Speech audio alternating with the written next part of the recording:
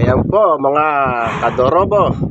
Ito po ang maayos at tamang proseso ng pagsisilong ng palay. Ipunin muna, yan, tulad po na nakikita nyo, iniipon muna po yan.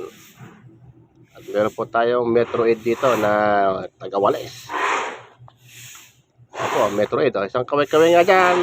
Masipag na Metro 8. Kaway, yan.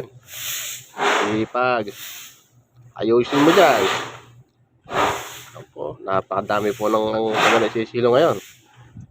At ito naman po ang matibay ng taga-saki. Matibay ang balakang. Bawal po mahinang balakang dito.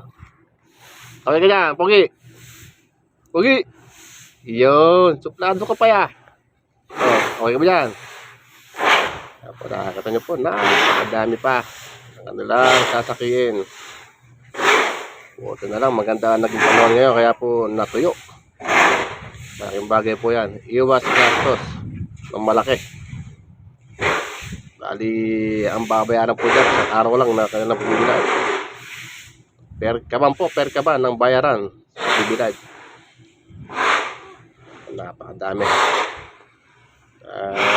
Yan lang po. Like na lang po at comment. Tsaka subscribe na lang po ating channel. Para po mas marami pang makapanood ng ating channel. Napakasisipag. Yan po ang tagahakot ng palay sa bukid. Yan po ang uso ngayon. Kaya po yung mga kalabong ngayon wala nang trabaho. Higa na lang sa kanilang mga tabagan. Okay, Walis. Nanood pa nga yung isa. Pwedeng modelo ng palay. Naubusan pa ng sako.